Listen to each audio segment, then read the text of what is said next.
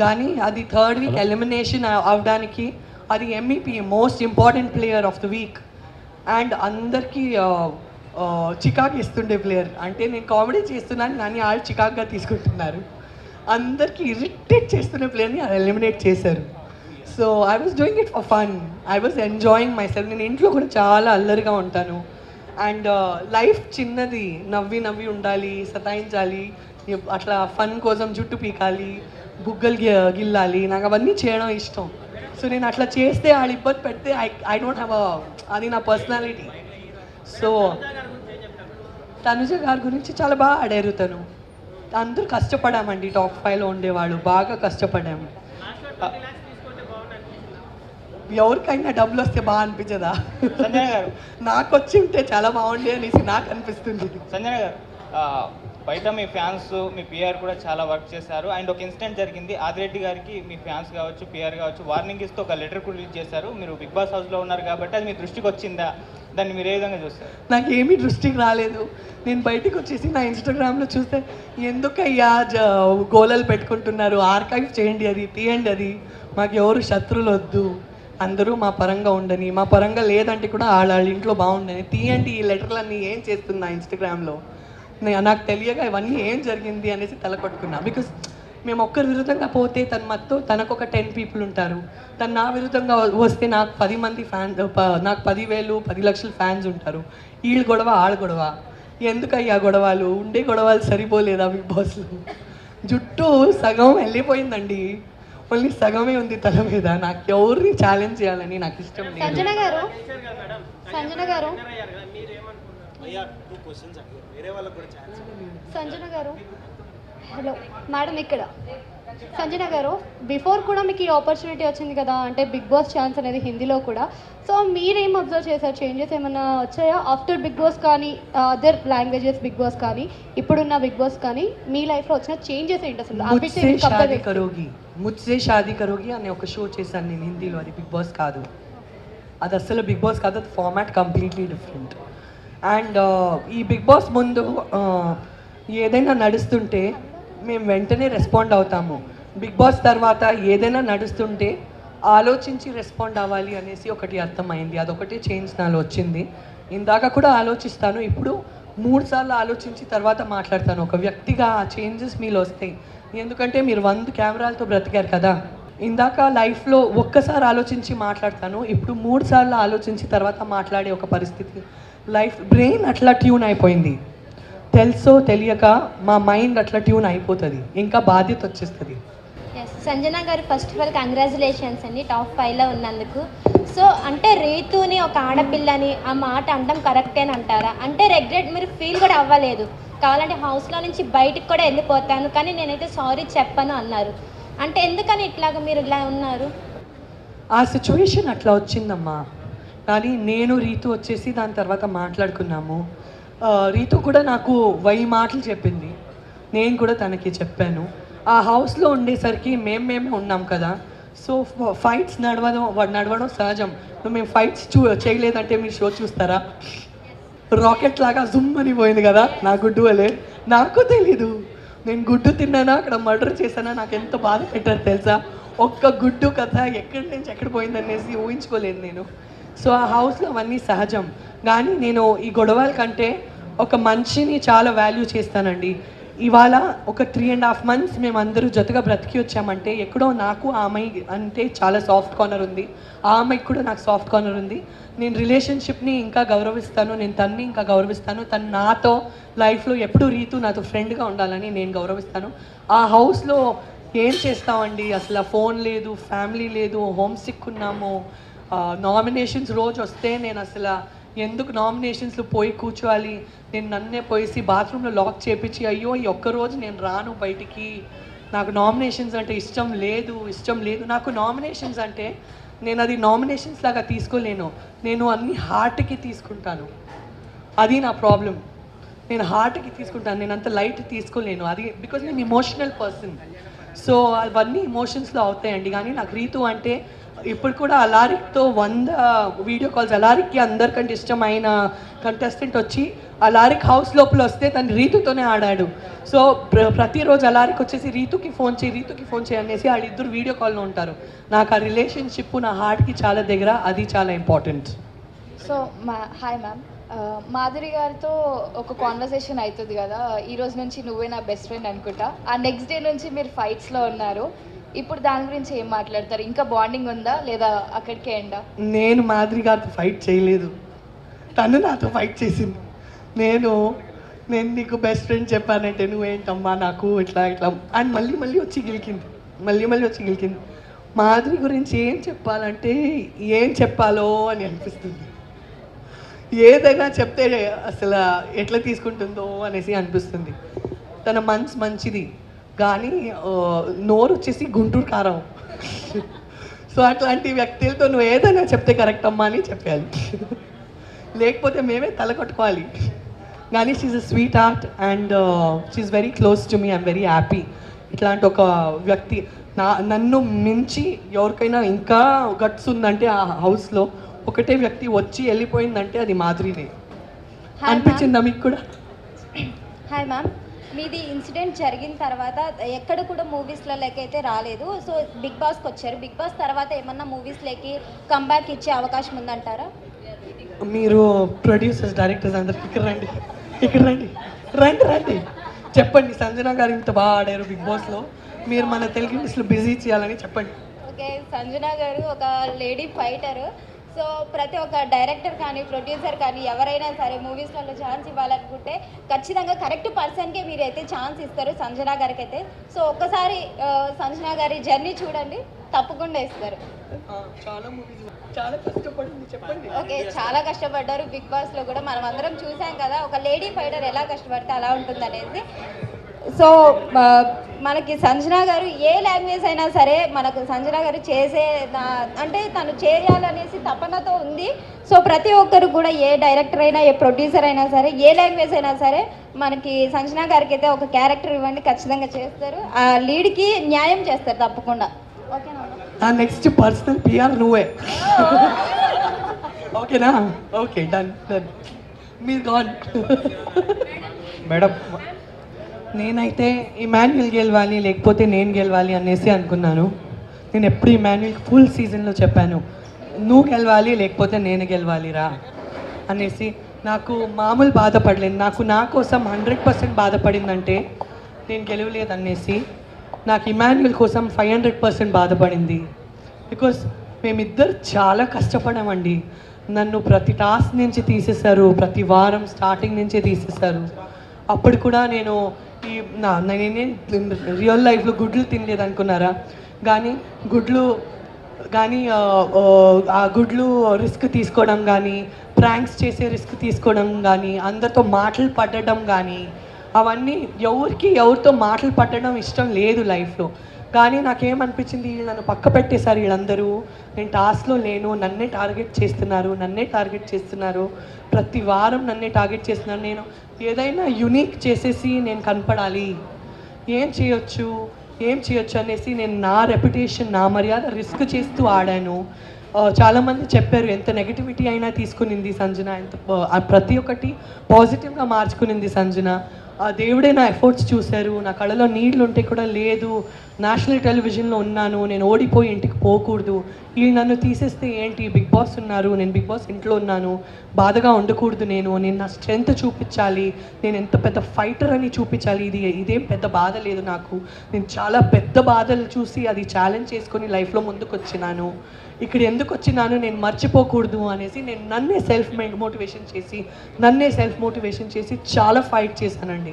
So first నేనే winner అవ్వాలని అనుకున్నాను, కానీ నేను కాకుండా ఇమాన్యుల్ అవ్వాలని అనుకున్నాను. ఆ ఒక బాధ నా మనసులో ఎప్పుడు ఉంటుంది, నేను విన్నర్ కాలేదని, ఇమాన్యుల్ విన్నర్ కాలేదని.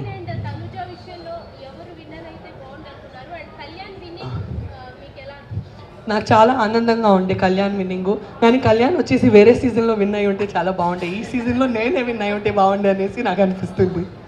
కానీ he came from a small family. So డబ్బు కానీ ట్రోఫీ కానీ, ఆ డబ్బు కానీ, మోస్ట్ ఇంపార్టెంట్లీ డబ్బు కానీ ఒక కరెక్ట్ చోట పోయింది. బికాస్ స్మాల్ ఫ్యామిలీకి తను ఇది ఫస్ట్ స్టెప్పింగ్ స్టోన్, ఇది ఇంత పెద్ద అమౌంట్ అంటే. సో అదొక కరెక్ట్ ప్లేస్ పోయింది. డెమాన్కి కానీ ఆ 15 lakhs పోవడం కానీ, మరి కళ్యాణ్కి కానీ ఒక 35+5 40 lakhs పోవడం కానీ చాలా కరెక్ట్ ప్లేస్లో ఆ డబ్బు పోయిందనేసి మనస్ఫూర్తిగా ఆనందంగా ఉందండి నాకు. బికాజ్ ఆ అమౌంట్ ఎంత పెద్దది అనేసి మా అందరిలో తెలుసు. 1 లక్షని సంపాదించాలంటే ఎంత చెమటలు పోతాయి అనేసి మా అందరికీ తెలుసు. సో ఆ డబ్బు పర్ఫెక్ట్ ప్లేస్లో పోయిందనేసి నాకు చాలా హ్యాపీగా ఉందండి.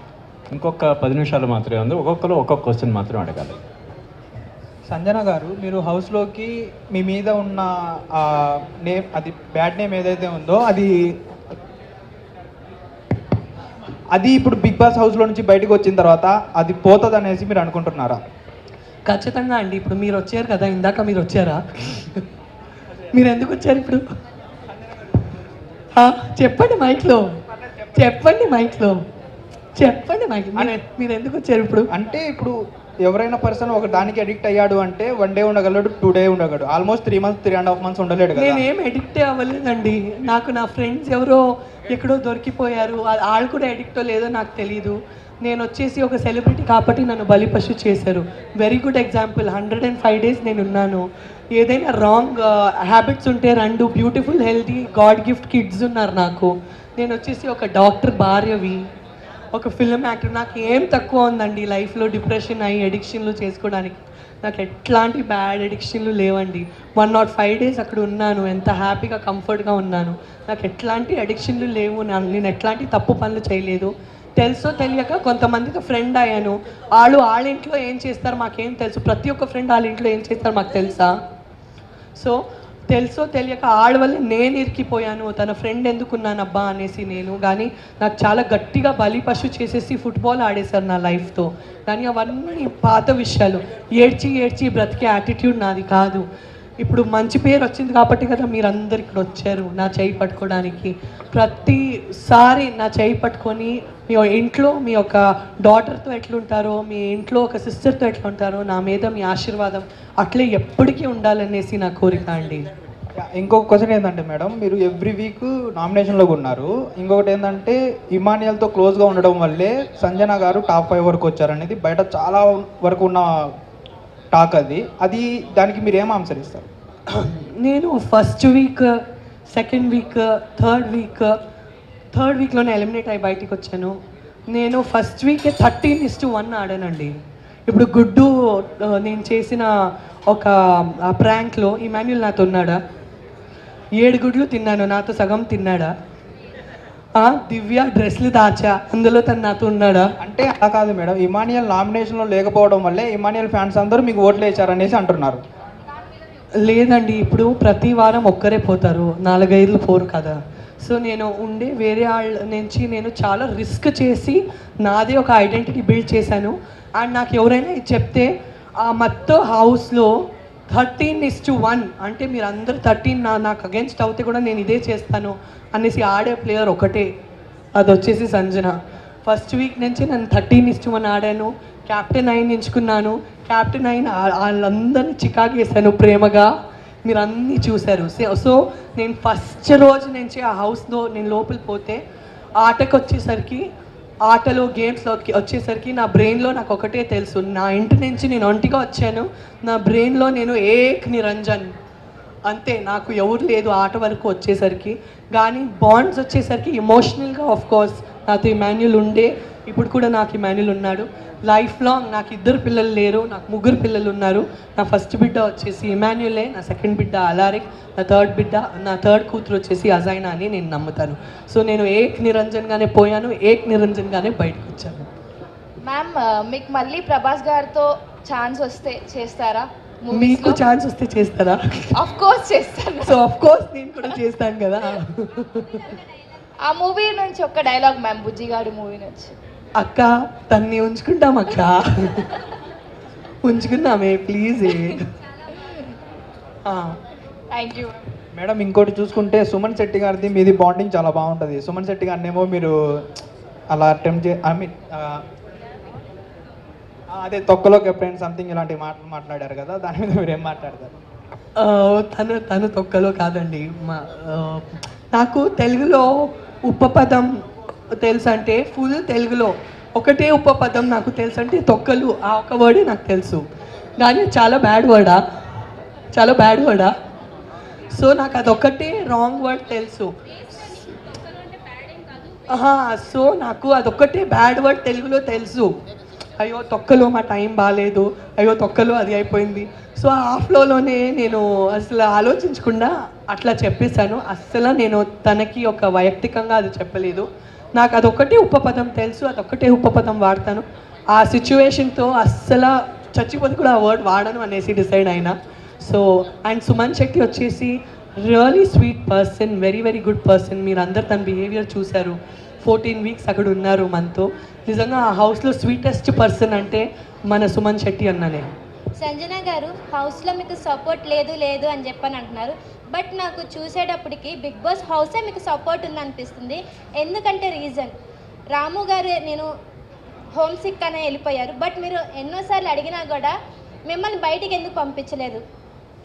నేను బయటికి 15 వీక్స్ తర్వాత పోవాలని కోరుకున్నాను కాబట్టి నేను ఓడిపోవడానికి పోలేదు. నేను క్లియర్ ఉద్దేశంతో పోయాను. నాకు తెలుగు ప్రజల మనసులో నేను ఉండాలి, బిగ్ బాస్ ప్రజల మనసులో నేను దిగాలి. ప్రతి ఒక్కరు మీడియా వాళ్ళు నా నుంచి దూరం అయ్యారు ఆ ఒక బ్యాడ్ ఇన్సిడెంట్ వల్లే. నేను బ్యాడ్ పర్సన్ కాదు, నన్ను అపార్థం చేసుకున్నారు. ఆ అపార్థాలు అన్నీ తీయాలి. నా కంటలో రక్తం కూడా వస్తే, నాకు ఫ్రాక్చర్ కూడా అయిపోతే, నాకు ఏదైనా అయిపోతే నేను గెలిచేనే బయటికి రావాలి. దేవుడి దయాల నుంచి కరెక్ట్గా నా అందరు సపోర్టర్స్, ఓటర్స్ నన్ను టాప్ 5లో తీసుకొని వెళ్ళారు. నాకు అది డెఫినెట్గా నేను డిసైడ్ చేసుకొని పోయాను. నాకు ఏదైనా అయిపోయి నేను టాప్ 5లో అయితే ఖచ్చితంగా ఉండాలి. మీరందరు సపోర్ట్ నుంచి అది నేను సాధించాను. హార్ట్ఫుల్గా థ్యాంక్స్ చెప్పాలంటే నా ఓటర్స్కి చెప్తాను, నా సపోర్టర్స్కి చెప్తాను, నా హస్బెండ్కి చెప్తాను, హస్బెండ్ డాక్టర్ అజీజ్ గారు, నా మమ్మీ అనిత రేష్మ గారికి చెప్తాను, నా మర్దలు ముజీబా అపాకి చెప్పాను. ఒక్కరోజు తన ఇంటికి పోలేదండి. నా మర్దలు ఒక్కరోజు ముజీబా అపా తన ఇంటికి పోలేదు. నా పిల్లలు అసలు ఇప్పుడు కూడా నేను ఇక్కడ ఉన్నానంటే నా పిల్లలు వచ్చేసి, నా అమ్మాయి వచ్చేసి తనకి ఇక్కడే ఉంటుంది, ఇట్లే ఉంటుంది. అంత ప్రేమగా చూసుకున్నారు. అండ్ నా మత్తో చుట్టాలందరికీ నేను థ్యాంక్ యూ చెప్పాలి. పోయిన టైం చాలా తిట్టారండి, నీకు ఏంటి ఇంత ఇన్సెన్సిటివ్ అనేసి. నా ఉద్దేశం వాళ్ళకి అర్థం కాలేదు. కానీ ఇప్పుడు వచ్చేసి అందరూ వచ్చేసి చాలా మంచి డిసిషన్ తీసుకున్నాము, మాకు చాలా గర్వంగా ఉండేసి అందరూ అంటున్నారు. నేను అప్పుడు కూడా వాళ్ళ మీద కోపపడలేదు, బికాజ్ వాళ్ళకి నా విజన్ అర్థం అవ్వదు, వాళ్ళ సినిమా నుంచి కాదు. కానీ I'm very happy that literally అన్నీ చాలా బాగా నడిచింది అనేసి నేను చాలా హ్యాపీ ఉన్నానండి. ఇమాన్యుల్ నా బేబీ అండి. Emmanuel is my baby. Ma'am, one more question ma'am. మీరు బిగ్ బాస్కి వెళ్ళేటప్పుడు 100 సెట్స్ ఆఫ్ బట్టలు తీసుకొని వెళ్ళానన్నారు. ఏంటి అంత కాన్ఫిడెన్స్? నేను చెప్పాను కదా, నా కళ్ళలో రక్తం కూడా వస్తే నేను సహించుకుంటాను. అండ్ నేను 100% ఎఫర్ట్ పెట్టేస్తాను అనేసి. అండ్ నేను వేరే ఊరిలో ఉన్నానండి, నేను బెంగళూరులో ఉన్నాను. ప్రతిసారి వాళ్ళకి ఇబ్బంది పెట్టేసి అది కొరియర్ చేయండి, ఇది కొరియర్ చేయండి కాకుండా, అండ్ నాకు ఎవరైనా షాపింగ్ చేసిస్తే నాకు ఇష్టం ఉండదు. నాకు నాదే ఇష్టం ఉండేది నేను వేసుకోవాలనేసి. సో నేను పోతున్నాను, గెలిచే రావాలి, ఎట్లయినా గెలిచే రావాలి దేవుడా అనేసి. అందుకే ప్రతిరోజు అందరు లేట్గా కూడా రెడీ అవుతే పొద్దున్నే లేసేసి ఏదో 9 o'clock కాల్ షీట్ ఉంటుంది, అట్లా ఫస్ట్ పోయి స్నానం చేసేసి చీర వేసుకొని ఓకే వాళ్ళ షూటింగ్ ఉందండి అనేసి నేనే ఫస్ట్ రెడీ అయిపోయి అందరినీ అబ్జర్వ్ చేస్తాను, ఏం చేయొచ్చని ఆలోచిస్తాను, ఏం చేయకూడదు అనేసి జాగ్రత్త ఉంటాను. సో నేను లిటరలీ 100 days షూటింగ్ కోసమే పోయాననేసి నా మెంటలీ నా బ్రెయిన్ ప్రిపేర్ చేసుకొని నేను పోయాను. సంజన గారు, బుజ్జిగడు మూవీలో డైలాగ్ ఉంటుంది, ప్రభాస్ గారు మీతో చెప్తారు కదా, కొంతమంది అమ్మాయిలు ఏడిస్తే చూడడానికి అంత బాగోదు, కానీ మీరు బాగున్నారని చెప్పి. సో మీరు హౌస్లో ఉన్న ప్రతి మూమెంట్ కూడా మేము అలాగే ఎంజాయ్ చేస్తాం. అండ్ హౌస్లో మీ పేషెంట్స్ని బాగా టెస్ట్ చేసిన టాస్క్ ఏది? ప్రతిరోజు నన్నే టెస్ట్ చేశారండి. నా అంత టెస్ట్, నా అంత గ్రిల్ వేరే ఎవరికి చేయలేదు. అండ్ ప్రతిసారి నన్ను టాస్క్ నుంచి తీసేశారు. ఒక్క క్షణము 2 క్షణం లేదు, చాలా క్షణాలు ఉన్నాయి. అండ్ పేషెంట్స్ కూడా టెస్ట్ చేశారు, బాధేసింది. ప్రతి వీక్ నామినేషన్స్లో నన్నే గట్టిగా కార్నర్ చేస్తున్నారు. స్పెషలీ టాప్ 5 దగ్గర వచ్చేసరికి సంజన ఎందుకు ఉండాలి ఈ టాప్ 5లో, ఉండకూడదు అనేసి చాలా ట్రై చేశారు. చాలా నాకు రచ్చగొట్టడానికి ట్రై చేశారు. బట్ ఆట అంటే అదే కదా, తను ఎందుకు ఉండాలి మేమే ఉండాలనేసి పోటాపోటీగా ఉండాలి కదా. సో అదే ఆట అనేసి ఇవాళ నేను వెనక్కి తిరిగి చూస్తే ఆ పర్టికులర్ అవన్నీ నాతో చేశారు కాబట్టి నేను ఇక్కడ ఉన్నాను ఇంత స్ట్రాంగ్గా అని నేను అది కూడా పాజిటివ్గానే తీసుకున్నాను.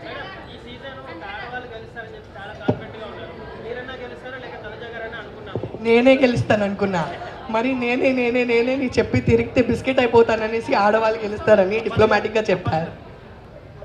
షీఈ్ ఎస్టాబ్లిష్డ్ ఆర్టిస్ట్ అండి, అండ్ తనకి మంచి ప్రాజెక్ట్స్ వచ్చేస్తాయి. సో అండ్ తను ఏం సాధించాలో సాధించి బయటికి వచ్చింది. నాకు యాక్చువల్లీ నేను ఇందాక బిగ్ బాస్ సీజన్స్ చూడలేదు, నేను రీల్స్లో చాలా చూశాను. బికాజ్ ఐఎమ్ 4-5 years మమ్మీగా ట్రావెల్ అవుతున్నాను, అంత ఓపిక లేదు నాకు. ఇది ఏం నడుస్తుందనేసి అర్థం కాలేదు ఈ సాక్రిఫైస్ ఫార్మాట్ ఏంటి. అండ్ నాకు 10th week 11th week తెలిసింది, పాత కంటెస్టెంట్స్ ఇంటికి వచ్చారు కదా, అప్పుడు నాకు తెలిసింది ప్రతి సీజన్లో ఎవరైనా జుట్టు కట్ చేస్తారనేసి.